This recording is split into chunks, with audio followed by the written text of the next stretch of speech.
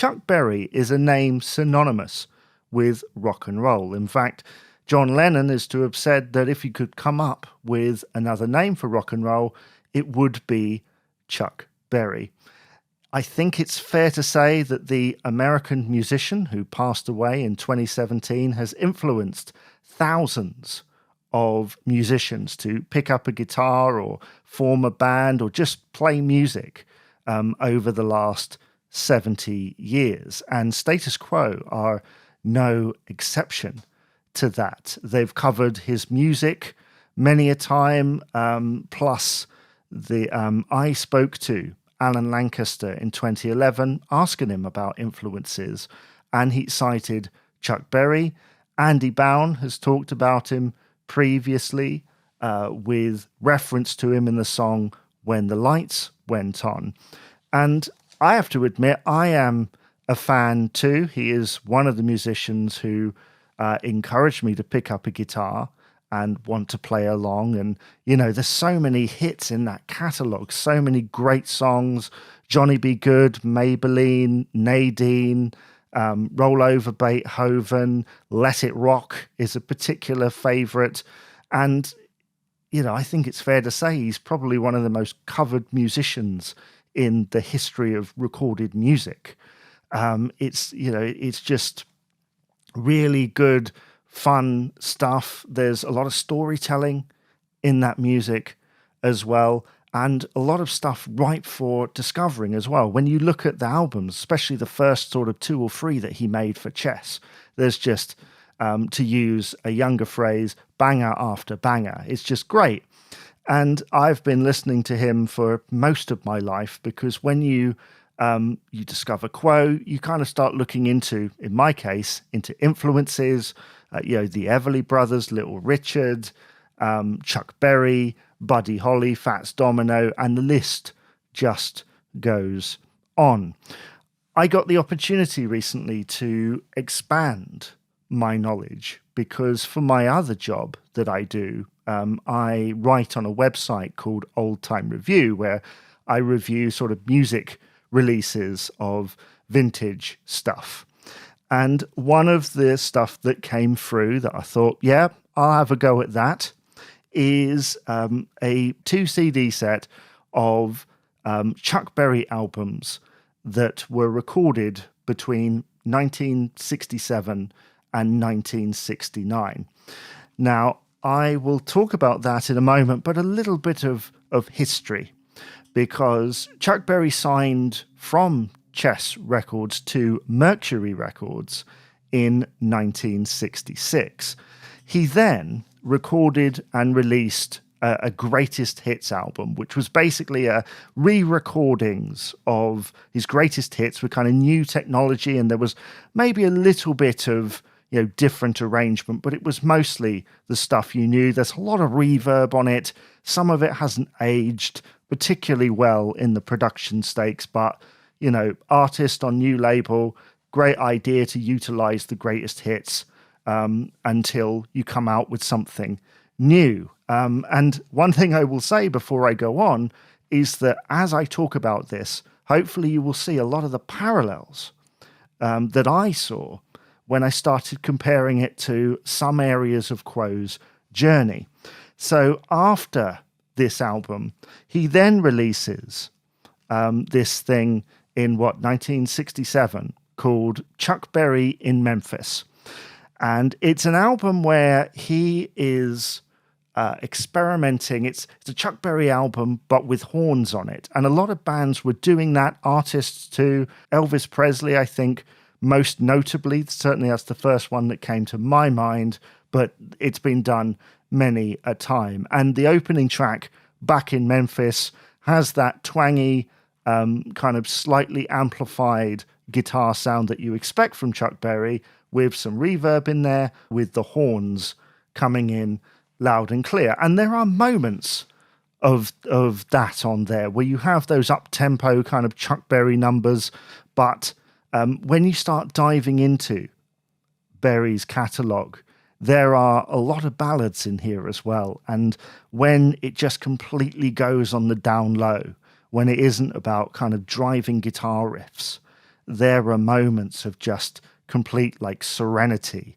where he's just singing really softly over a really soft backing. And that is where this album in particular, Chuck Berry in Memphis, has its strengths. Now, there are a couple of cover versions on here. There's also some re-recordings of some songs that he recorded previously, like Sweet Little Rock and Roller and Oh Baby Doll as well. They are just, re-recordings, possibly left over from the previous session for the Greatest Hits album, with horns overdubbed or, possibly played in the room over the top. And so that is Chuck Berry in Memphis. It has a lot of very kind of up-tempo stuff, but the down-low stuff is my favorite in particular. He then records his second live album called Live at the Fillmore Auditorium, where he's backed by an early version of the Steve Miller Band. Now, what you expect with this is an album of greatest hits, basically a rehashing, I guess, of the previous Greatest Hits album. But he doesn't do that. He does kind of a more bluesy area of things, sort of Chicago blues and that sort of thing, mixed in with stuff that he's perhaps more known for, in the style. And then he's got things like, Every Day I Have the Blues, CC Rider, and Dixon's Hoochie Coochie Man as well. It's just a nice little balance of things, finished off with what sounds like an impromptu version of Johnny Be Good, kind of just stuck in at the end. And he does this medley at the beginning where it's kind of all instrumental. And the thing about this is that very much like Quo's live album, there aren't any overdubs on here. It's as recorded at the venue. And so it does have that kind of raw sound, and there's instrumental bits where it kind of sounds like it's going to go off at any moment. Something's going to go wrong. But even when it does, or it feels like it is, it's just perfect. It's got that raw sound that is just great. So he tried something different with that live album. After Live at the Fillmore Auditorium, he takes on production duties in the studio to produce From St. Louis to Frisco, which has a whole new clean slate of Berry compositions, some in that style that he's known for, sort of the Johnny Be Good type thing, and then others with a much kind of different experimental stuff, things like My Dear, and that sort of thing, and Mum's the Word. Overall, it's an enjoyable album, but it does have kind of moments where it's maybe a little bit too heavy-handed, in my opinion, on the reverb. I prefer the production of some of the older recordings where there isn't that much reverb and it feels more kind of immediate, more personal. And you find that with a lot of older recordings from other artists, even in like swing and jazz, is that when they came into the sort of 60s and 70s, they were putting a lot more reverb on the vocals, whereas back in the day it was like straight through. And that just felt more personal to me. This album is possibly most notable for My Tambourine, a rewritten version of Dave Bartholomew's My Ding-a-Ling, which would later be recorded by Berry and actually be a hit single. But this one, as I say about the production of the rest of the album, is quite heavy-handed in its use of reverb. So lastly, on this set, the final album that Berry recorded for Mercury Records, released in 1969, is called Concerto in Be Good. Now on side A, it was more new Berry compositions in that kind of typical Berry style, but quite mellow and along that sort of more mellow area. And then side B is a long song. In 1969, Berry released an album where the entire side P was a long song. And this is, again, an experimental release. And I remember listening to this, and then it finished. And I went to see what my wife was doing. And she said, whatever you were listening to there sounded really experimental, like really experimental. And it is, because it's based around kind of a couple of motifs. And then Berry is left there to kind of do what he likes with it. So he's riffing over the top of it. There, and there's kind of, again, more reverb and more stuff like that, and there's sort of experimental things and different licks in, using that stereo field in there. And this goes on for 18 minutes. It doesn't really change an awful lot. It's, again, to use that word for want of a better phrase, experimental. It is something that would have been used as something of a gimmick. I mean, the whole album is named after it, Concerto in Be Goode. And I just thought it was really interesting that he did a long song, in the late 60s. And of course, many bands afterwards would do long songs with different movements and different ideas and things, Quo included. Some of those sort of mid to late 70s albums have got some great long songs in them, some of which are people's favorites. This one, Concerto in Be Goode, I think it is an interesting experiment. And it's just interesting to hear him try it, try doing this long thing. And I do wonder whether it was the inspiration for any bands, the fact that he did that. And so to talk about the set specifically from BGO Records, it includes 4 albums. Chuck Berry in Memphis, live at the Fillmore Auditorium, from St. Louis to Frisco, and Concerto in Be Goode.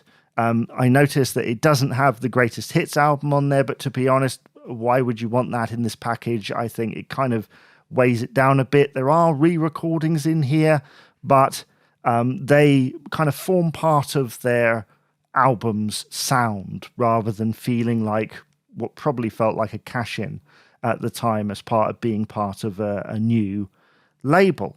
And so that's really cool. The mastering is really cool as well. It comes in a slipcase with a jewel case underneath it. That they do a lot of these things. And the main idea of it, from BGO's perspective, is they tend to release a lot of albums that haven't made the jump in the main over to CD. I think this one has been reissued a few times in various different formats and forms, but that tends to be the thing with BGO Records. I just thought I would talk about it because I just thought it was so interesting that Berry had this experimental period where he tried different things, and maybe it didn't work 100% of the time. But what you could see when you listen to it is that it's still Chuck Berry underneath the horns, underneath, the reverb, underneath all the experimentation, even some of the little licks in Concerto in Be Goode, and all those ballads and stuff. It's like it's still very much in his kind of musical styling. And to go back to the Quo-Cast for a moment, Quo had that period in the late 70s where they tried different production techniques. They tried horns on record. They, tried different kind of genres. They tried disco at one point as part of Accident Prone.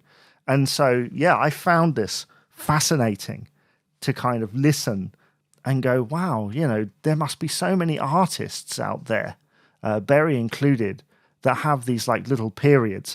Berry would later return to Chess Records and make a few more albums before kind of hanging up the studio headphones. And the thing to say about this is, while these records didn't sell particularly well at the time by the looks of it, he was still gigging and performing and, being known as a live performer and selling out and doing extremely well on the live circuit. And again, I think there is some kind of, crossover with what Quo have done over the years, that even though the records might not have sold well, as a live act, still very much a draw. So tell me, have you heard any of the material on any of the 5 albums that Berry made at Mercury Records? Do you have a favourite Chuck Berry song? Is there a Quo cover of a Chuck Berry song that you particularly enjoy?